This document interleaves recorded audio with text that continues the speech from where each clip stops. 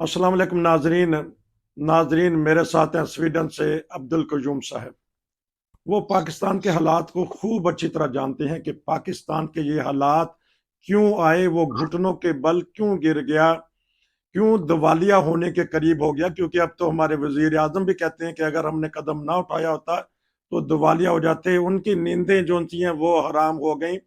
वजह क्या है कि एक इस्लामी और एक एटमी मुल्क यहाँ तक पहुंच जाए कि उसके वजीर आजम को ये कहना पड़े, और फिर हमारी जो शराफिया है, जो हमारी फजूल खर्चियाँ, जो हमारी शाह खर्चियाँ हैं, और जो हमारी बड़ी बड़ी जायदादें हैं दूसरे मुल्कों में, इस पे बहुत अच्छा बोलते हैं अब्दुल कयूम साहब जी। अस्सलाम वालेकुम।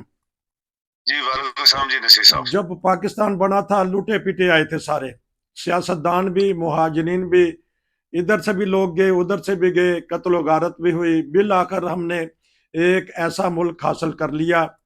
शुरू के चंद साल बहुत अच्छे गुजरे, लेकिन जो जो वक्त गुजरता रहा, हमने मुल्क भी आधा गंवा दिया, दो टुकड़े हो गए। और दो कौमी नजरिया भी हम, वो कहते हैं, कहने वाले कहते हैं कि देखिए हमने तोड़ दिया।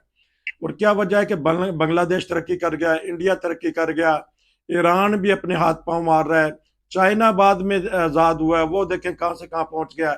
ये गुल्फ के जितने भी जहां रह के आए आप, सीरिया वगैरह में या दुबई वगैरह, ये तो बेचारे तरसते थे, उस वक्त गुर्बत थी, कहां से कहां पहुंच गए, और हम कहां से कहां नीचे गिर गए। जी अब बताइएगा।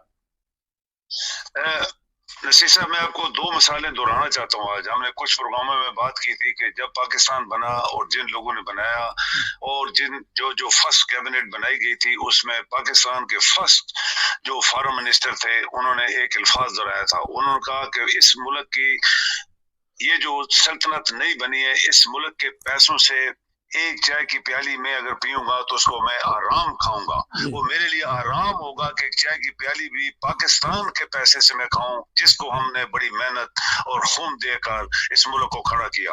अभी नंबर टू, आपका first justice, chief justice of supreme court, जो पाकिस्तानी था, और जब वो रिटायर हो रहा था तो उसने अपने प्राइवेट सेक्रेटरी को बुलाया अपने कमरे में कि ये जो स्याही भरते हो मेरे पेन में, वो इंक वाली बोतल में से मेरे सामने टेबल पे लेके आओ। और वो उसका प्राइवेट सेक्रेटरी को समझ नहीं आई कि ये क्या बात कर रहा है। वो इंक की बोतल लेके आया, उसने अपना पेन निकाला और ड्राफ्ट्स जो बचे थे उस पेन के अंदर, वो ड्राफ्ट्स उस इंक की बोतल में डाले, और उसने ये कहा कि ये ड्राफ्ट पाकिस्तान के पैसे से खरीदे गए थे। आज मैं रिटायर हो रहा हूँ और ये ड्राफ्ट्स वापस इसमें डाल रहा हूँ, ताकि कहीं मेरे नाम के ऊपर, कहीं मेरे करेक्टर के ऊपर, कहीं ये चीज मेरे लिए अजाब ना बने कि पाकिस्तान की इंक इसने इस्तेमाल की थी। यहाँ से आप अंदाजा लगा सकते हैं कि वो बनाने वाले और आज 75 साल बाद किस डगर पे पाकिस्तान निकल गया।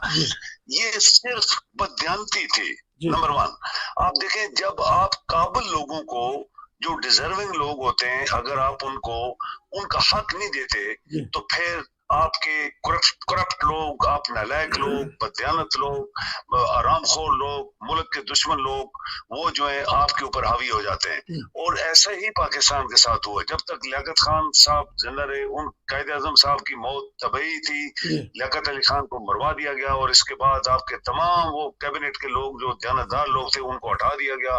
फिर पाकिस्तान एक ऐसी सड़क पे चला जहां वो उसके लिए रुकावटें रुकावटें ही रुकावटें थी, और फिर वो करप्शन उसके अंदर पैदा हुई, और करप्शन से करप्ट तरीन लोग पैदा हुए, और करप्ट तरीन लोगों ने फिर इस मुल्क की कोई चीज छोड़ी नहीं। वो इसको अपनी बाप, अपनी माँ का वो जायदाद समझ के, दादे परदादे की जायदाद समझ इसको लूटने लगे।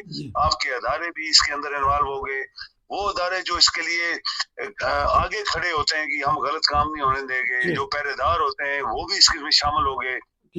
इस मुल्क का टोटल सिस्टम फेल हुआ है। अभी 75 ईयर्स के बाद नसीर साहब, इस मुल्क का टोटल सिस्टम फेल हो गया है। आपके अदारे फेल हो गए हैं, आपका चीफ जस्टिस या जस्टिस सिस्टम टोटली कोलैप्स कर गया है, और आपके अदारे जो मुल्क के लिए बनाए गए, जो मुल्क के पैसों से चल रहे हैं, वो पाकिस्तान के खिलाफ काम करना शुरू हो गए, जिसकी वजह से ना आपके पास पैसा रहा, ना आपके पास इंसाफ रहा, ना आपके पास कुछ नहीं बचा हमारे पास। आज एक पाकिस्तान ऐसा मुल्क है जो डमाडोल है, उसकी कोई मंजर नहीं है, और लोग जो कश्ती के अंदर बैठे हैं उनको ये भी पता नहीं हम कब डूबने वाले हैं, और इनका नेविगेटिंग सिलसिला जो था वो सारा फेल हो गया है। ये क्यों हुआ 75 साल में? क्योंकि आप आपने उन लोगों को हुकूमतें नहीं दी जो दयानतदार थे, ठीक। जो कैपेबल थे, जो डिजर्विंग लोग थे। कोई फैमिली बैकग्राउंड नहीं होता यूरोप में, जितने लोग ये वजीर आजम बनते हैं या ये बड़े बड़े मिनिस्टर बनते हैं या सदर बनते हैं या बादशाह भी इवन हैं, तो इनका कोई फैमिली बैकग्राउंड नहीं होता। ये कोई मजदूर होता है, पढ़ पढ़ के बड़े ओहदे तक पहुंचता है, वजीर आजम बनता है, कोई ट्रक ड्राइवर होता है, कोई बर्तन बर्तन मांजता है। जैसे आपके बरतानिया में वजीर आजम इंडिया के, उसने बोला मैं जब पढ़ता था तो मैं यहाँ पे इंडियन रेस्टोरेंटों पे बर्तन धोता था। इसी तरह फ्रांस के सदर ने कहा कि मैं अमेरिका पढ़ने गया तो होटलों पे बर्तन साफ करता था, झाड़ू मारता था, पैसे कमाता था और पढ़ता था। बेशुमार मेजर जो था आपका बरतानिया का, उसका नाम मेजर था, प्राइम मिनिस्टर, उसने कहा मैं बस चलाता था। ये कभी आप सोच सकते हैं पाकिस्तान में कि इस तरह के लोग भी बड़ी बड़ी ओहदों तक पहुंच सकते हैं? नेवर एवर, कोई इमेजिन नहीं कर सकता। पाकिस्तान कोलैप्स कर गया है, हकीकत में पाकिस्तान कोलैप्स कर गया है। लेकिन ये जो पकड़ के रखा हुआ है, ये लोगों ने इसको सहारा दिया हुआ है, इसको छड़ियां दी हुई हैं, पकड़ा हुआ है। दुबई मदद कर रहा है, चाइना मदद कर रहा है, अमेरिका मदद कर रहा है, अरब लोग मदद कर रहे हैं, और लोग आपके जो जो जो आपके हमदर्द हैं वो कहते हैं पाकिस्तान टूट ना जाए, गिर ना जाए, खत्म ना हो जाए, इसको थोड़ी थोड़ी मदद दे रहे हैं। लेकिन पाकिस्तान के पास अपना 1 रुपया नहीं है। यहाँ से आप अंदाजा लगा सकते हैं कि पाकिस्तान को किस तरह बेदर्दी से लूटा गया, किस तरह बेदर्दी से खाया गया। लेकिन आज जो जितने आपके 14 पार्टी के लीडर हैं वो सारे कौन है? करप्ट लोग हैं, कातिल हैं, मनी लॉन्डर्स हैं, बेईमान हैं, बददियानत हैं, हरामखोर हैं, नालायक तरीन लोग हैं, पैसे के जोर पे वहां बैठे हुए हैं। और वहां क्या क्या उन्होंने किया, 1 साल के अंदर मुल्क को उठा के कूड़े में फेंक दिया है। और आप देखें नसीर साहब के इखलाक की बात है, हम कहते हैं इस्लामिक रिपब्लिक ऑफ पाकिस्तान, एक नाम लिखा है, किसी ने लिख दिया, बनाने वालों ने तो सही बनाया था, उन्होंने नाम भी सही रखा हुआ था। इसके बाद जो है उनकी हिस्ट्री ये है जो हमने अभी बयान की है। पाकिस्तान के तमाम कॉलेजेस, स्कूल्स और ऑर्फनेज जहाँ पे यतीम बच्चे बच्चियां होती हैं, और जो हॉस्टल्स हैं वहाँ पे क्या हो रहा है, आप अखबारों में देख रहे हैं आजकल क्या हो रहा है।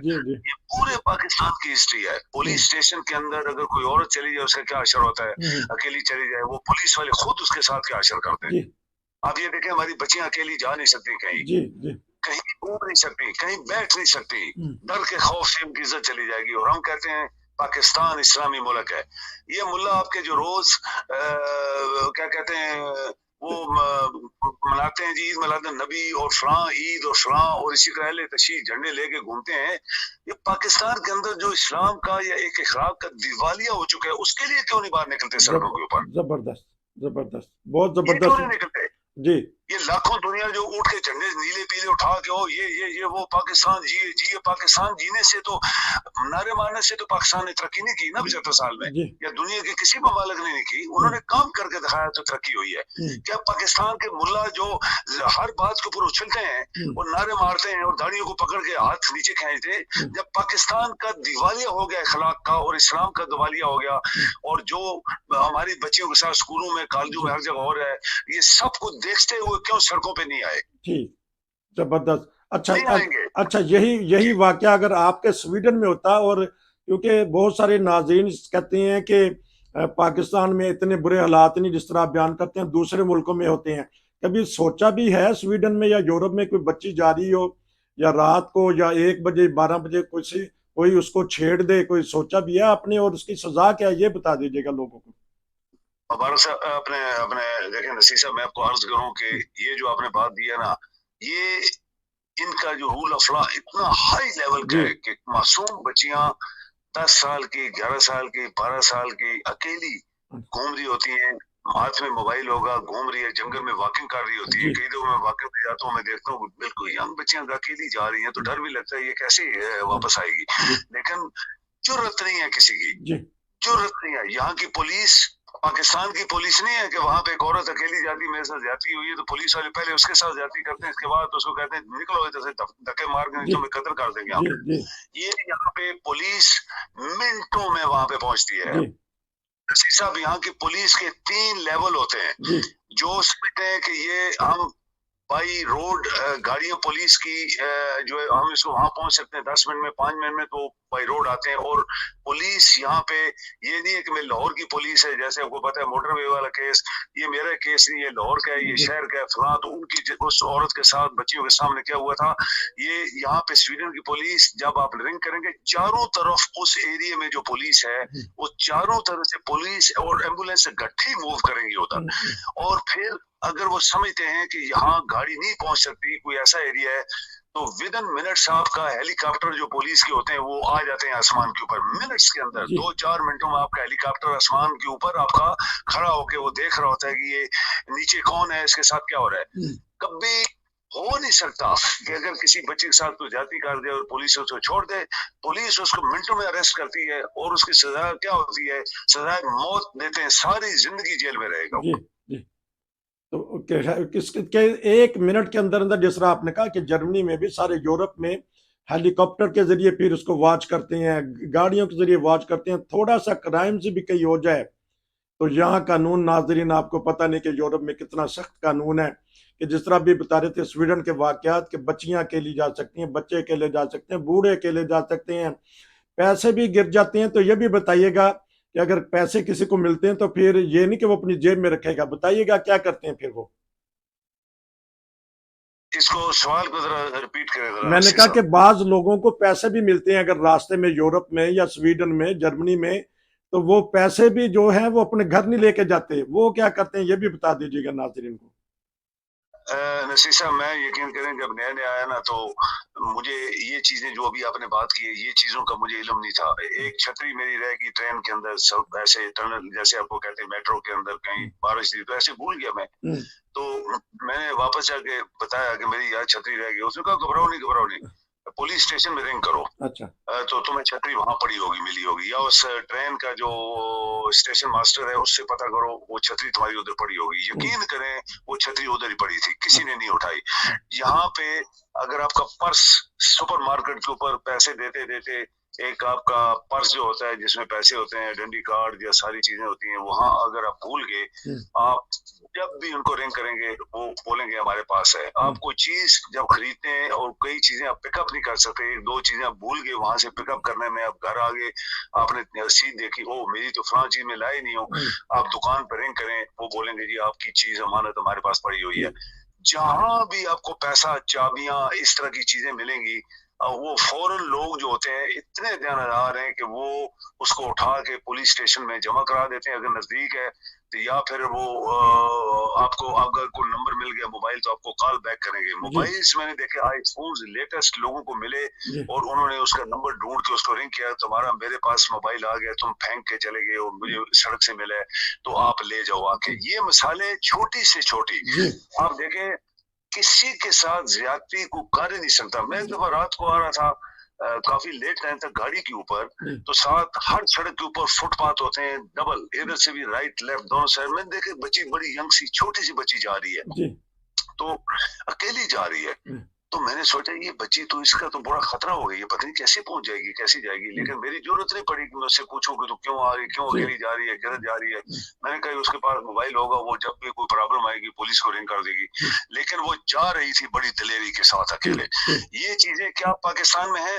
आपके तो वहां पे तो आपको तो 1 मिनट के अंदर आपकी इज्जत चली जाती है, वो पुलिस स्टेशन वाले खुद आपकी इज्जत लूट लेते हैं। ये हॉस्टलों में जो हो रहा है, कॉलेज यूनिवर्सिटियों के आपके अखबारों में आजकल आ रहा है, ये सिर्फ 2 यूनिवर्सिटी में की बात नहीं है नसीर साहब, पूरे पाकिस्तान की यूनिवर्सिटी में ये हो रहा है। क्योंकि अब प्रोग्राम बहुत जबरदस्त हुआ है और लंबा हो गया है, तो मैं बाद में भी आपसे पता करूंगा हमारे मुआशरा जो कि इस्लामी मुआशरा कहलाता है और यूरोपियन मुआशरा जो कहते हैं कि ये अखलाक से गिरे हुए हैं, उसका मुआजना कराएंगे नाजरीन, तजर्बों के साथ बातें बताएंगे हमारे अब्दुल कयूम साहब। आपका बहुत शुक्रिया। अगर नाजरीन पाकिस्तान ने चेंज होना है, तरक्की करनी है, तो सही इस्लामी असूल हैं उनको लेना पड़ेगा जो कि यूरोपीय कौमें लेके फ़ायदा उठा रही हैं। भाईजान आपका बहुत शुक्रिया। फिर दोबारा आपसे इंशाल्लाह मैं प्रोग्राम लूँगा। नसीर को इजाज़त दीजिए। अस्सलाम वालेकुम।